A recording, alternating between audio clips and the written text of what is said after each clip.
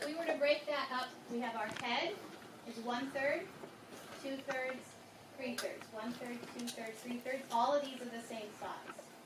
This aligns with where the shoulders go. The shoulders line up with the bottom of the number 2 box. The shoulders are going to be smaller than the head, but they're going to be about half the height of this number 2. So I'm going to have to stand in front, sorry.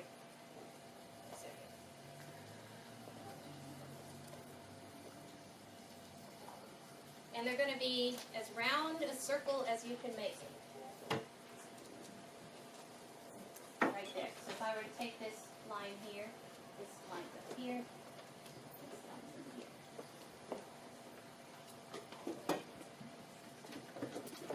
Okay, next step.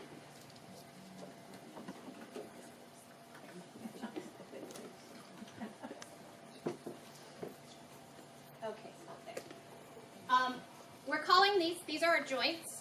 We've got our shoulders, our elbows, our wrists, we have our hips, our knees, and our ankles when we're doing this. They can use this if they're looking at a person or in a magazine to identify where those joints are, if they later want to draw something with like a figure in action, for example. Right now, those are our shoulder joints. Now we're going to do our elbows. Our elbows fall right along our waistline. If you were to stand straight and put your arms like this, most people's elbows fall right about where your belly button is. And our waistline in this portion is actually right at 3.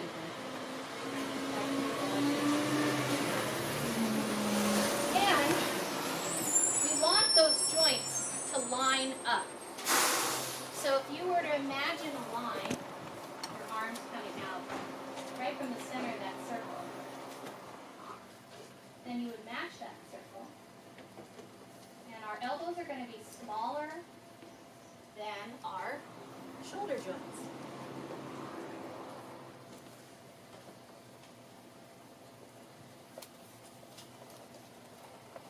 Okay, next step.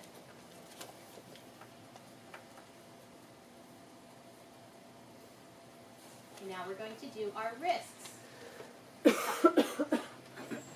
Okay.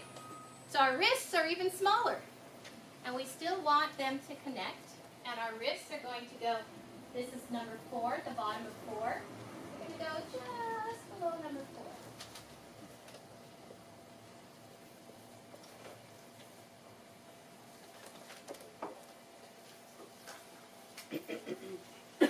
Okay, now our biggest joints are the hips. Yes, do you have a question?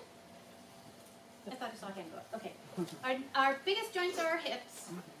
Sometimes when we draw this, the 4th graders giggle a little bit. Let's move on past that. And so they're our biggest ones. They're going to fall right on top of number 4. They're big. They don't go all the way to the top. Yes? What do you say for the circles? Say that again? The circles just appear there in the middle. What do you say for those? It's the hips. Yeah, we're going to do that right now. Oh. We went a little ahead in the video. That's okay. So this one, number 4, right here, and right along the line of symmetry, we're going to have one big circle. Let me draw it first, and then you'll see. Doesn't go all the way to the top of the bar. Here's the top of the bar. It goes pretty close. Starts at the bottom and lines up with this side. And then since we're doing symmetry, we're going to draw the same size circle on the other side.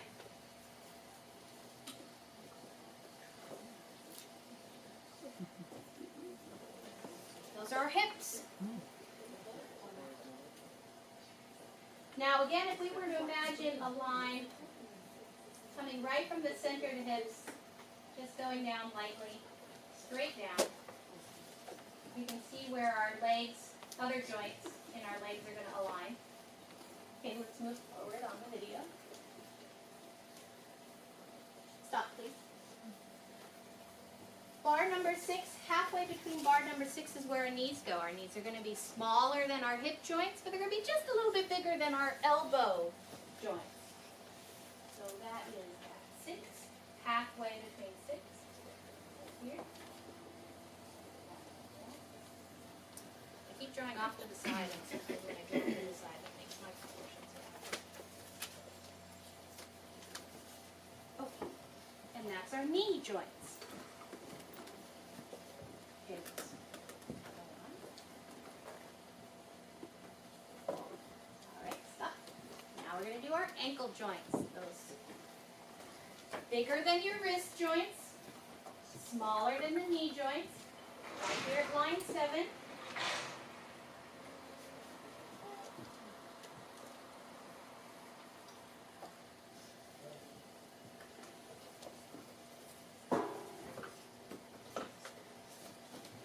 Okay, so at this point you should have lots of circles. And I usually pause here and let the kids catch up. And does anybody have any questions at this point? Okay. Now we're going to move on to the part the kids call. It's a lot of fun. And I'm just showing how this all aligns. This is going to go fast. We're connecting. Let's pause. We're going to connect, and what I like to tell the kids is that you're imagining that these circles are gears. And we're taking rubber bands and wrapping them around the outside of the gears. So what we're going to do is we're going to take around the outside of the shoulder, wrap it around to the elbow,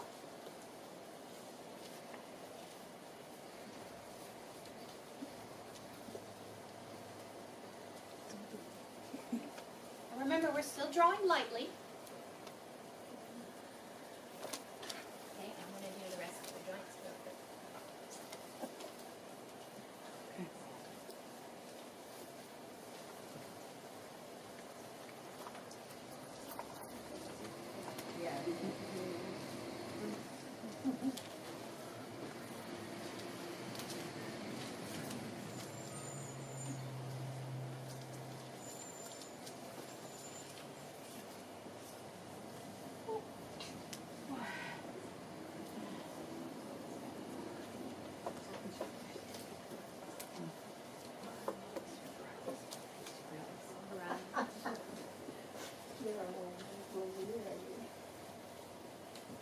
When you've caught up, I'd like to see X forward. So then I know where everybody's caught up.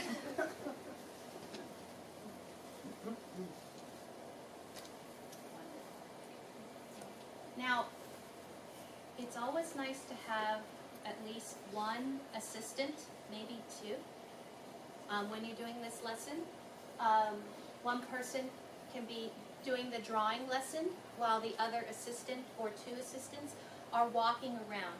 Because we only have an hour to do the whole lesson and only 30 minutes to do this drawing part, we want the speaker to keep moving with the lesson, and if kids are falling behind or having trouble or need help, the assistants will come up and help the students. And anybody can assist, right? Anybody can assist. Yeah, it's a good way to learn. As long as, yeah, I mean, anybody can assist. You hear what I'm saying. Most of the time, the reason that a child is having difficulty is because they missed a step or they missed hearing something. So you just repeat to them what you heard, and they'll get it. They'll get it. Okay, let's, next step. All right, so now we get to the fun swirly parts, I like to say, the curvy lines. We're going to do the waist, pause there. So we're going to do the torso. And the waist on just about everybody tapers a little bit. The torso tapers at the waist. And we know that our waistline is here at 3. We start this line for the torso at the shoulder joint, right about here. Anybody see right about here? And we taper in till we hit the waist. And then we come around and hit the outside of that hip joint. And once we do one side, we copy the same thing on the other side, so it looks symmetrical. If you make it look too thin the first time, it's okay. Just make the other side look thin.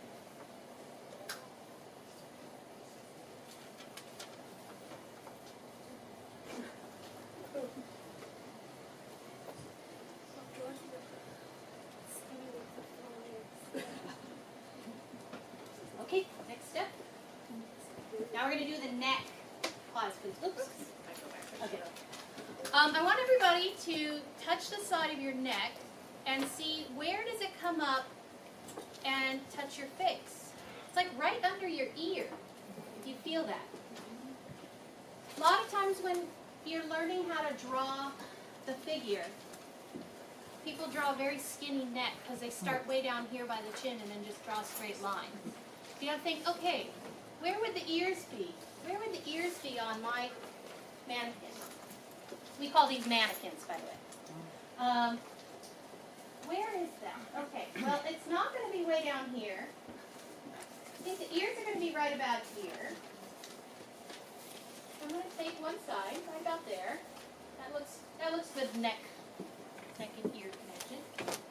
It's going to curve, and then it's going to come down and touch the top of that shoulder and wrap around that shoulder. And if I'm going for symmetry, we're going to do the other side exactly the same. So it's like an inside curve and then an outside curve. It's a swoopy line.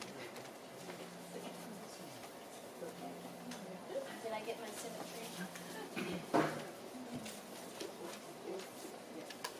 Okay.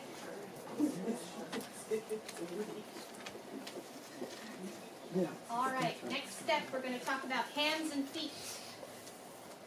Go ahead.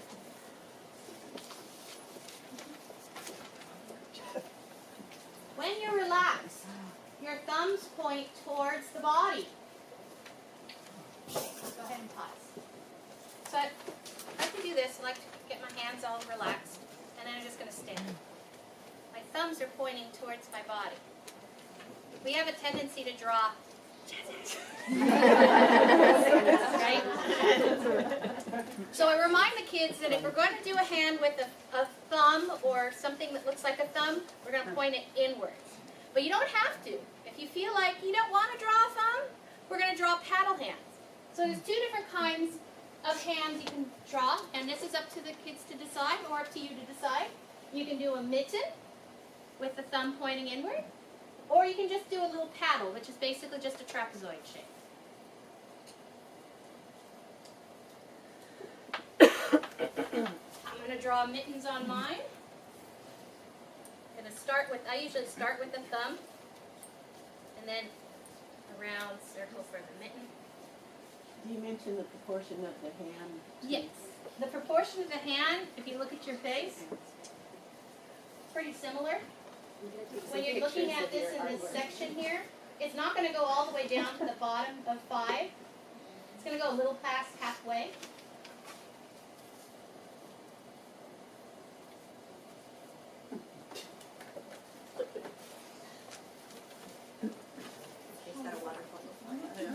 And then let's go ahead and move towards the head. The feet. We just draw the feet as paddles for now. Go ahead and pause that. So they look like flippers when you go scuba diving, but we're not going to make them as big as flippers when you go scuba diving because the proportion of the foot is going to go almost all the way down to the 8. Remember, Leonardo da Vinci said that most grown-ups are between 7 and 8 heads tall. So it doesn't have to go all the way to the bottom, but it does need to go below the 7. And so you can't see this in the back, look up on the screen, but I'm just drawing basically another trapezoid shape for the feet.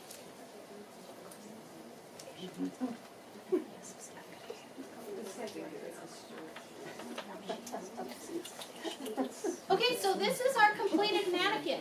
Once you do this, you can draw anybody, anything in proportion. If you like to do cartoon characters and you want to make this a one-eyed monster, sure. But even when you're looking at cartoons, they still try to keep human proportions in cartoons. Walt Disney likes to do child-sized proportions with most of his characters, but they're still proportions. So you can do basically anything. You connect these joints if you have a picture and you want to draw, a sports figure and they're doing something like this in action. Look for that shoulder joint. Look for that elbow joint. Sometimes there's overlapping. Look for that overlapping, but still find where the joints are, and you can draw that character. So we're going to develop this a little further. Remember how I said draw lightly? I'm going to take my black pen, and I hope this is a good black pen. Go ahead and press play.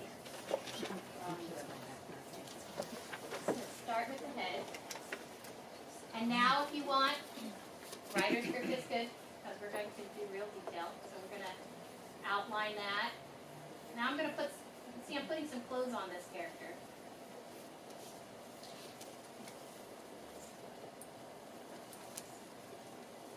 Go ahead and pause right there. All right, so I'm going to take some clothes on this new person. I'm going to put again a collar. Clothes aren't really tight to our bodies, so we're going to make it a little over, a little loose. Over, loose.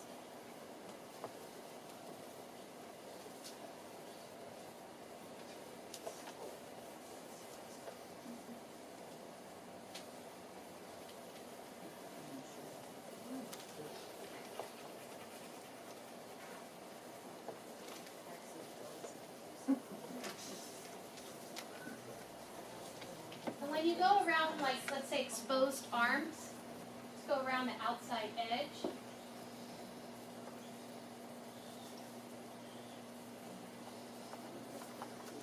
Go as dark as you want. Be as creative as you like.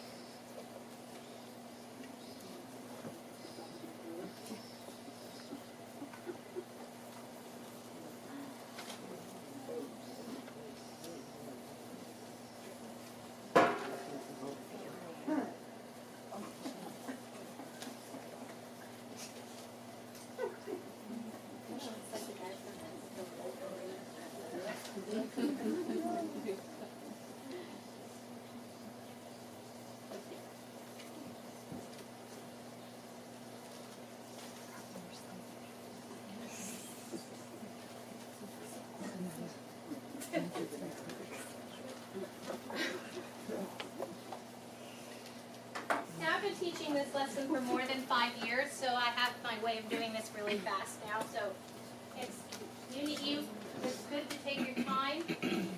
You can be doing this while the kids are going through and doing their own, so that at the end of the lesson maybe you have something more. Sometimes I like to write on the t-shirts what school I'm at.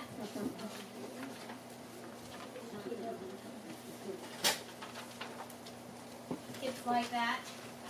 They'll ask, can I put a face on it? I say, you can do whatever you want with it once the lesson is done.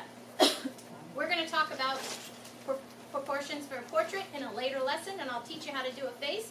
So maybe you might want to hold on to this until after we do the portrait lesson. Then you can do a new face. But they get to take these home, and they get to do whatever they want with them. I've had a lot of kids say that they kept doing it and enjoying doing it afterwards. It's really nice to hear that. And so this is pretty much the whole lesson.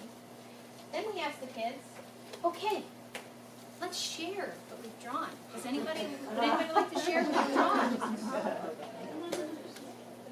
Kids are much more excited to share. I know. They line up right next to the projector.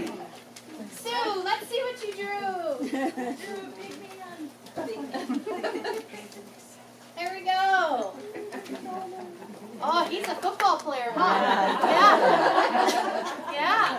Look at that. That's great. That's great. Sometimes because I tell them about the cartoons, I do get the one-eyed people monster, or it's all good. It's all fun. If this lesson falls around a holiday, sometimes we get holiday themes, like we get angels. We have a clipboard going around. Does anybody have it? Yeah. The 4th grade. There it is. So this is we went ahead and put it on a clipboard. This is the sign up to teach this class. So it'll be on there, and then we'll have it. I think it's online as well, right? Yes. So it's a great chance to go in and assist, and then you can, learn from that, or if you're already comfortable? I've really enjoyed teaching this lesson because the kids actually really like this lesson. And it gets implemented in other parts of the 4th grade curriculum, depending on the school they're at. Most of them do some sort of adventure or California history biography, and the teachers will ask them to either to draw their adventure or to draw a portrait or a full figure. And so then they take this and they move that on to the rest of their curriculum for the 4th grade history. Any questions? Okay, so please sign up. And again, if you would like some mentoring, if you decide you would like to try this lesson, just send me an email and I'd be happy to help you out with it. Again, this is a fun lesson. The kids love to have you in the classroom doing this lesson.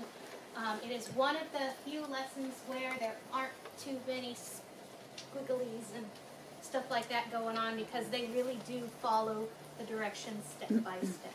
And they're 4th grade, so they're mature enough to follow step. And this is a good one to practice at home with your family. Yes, yes. You know, just give them the paper, have everybody. Exactly. And it's all right here online.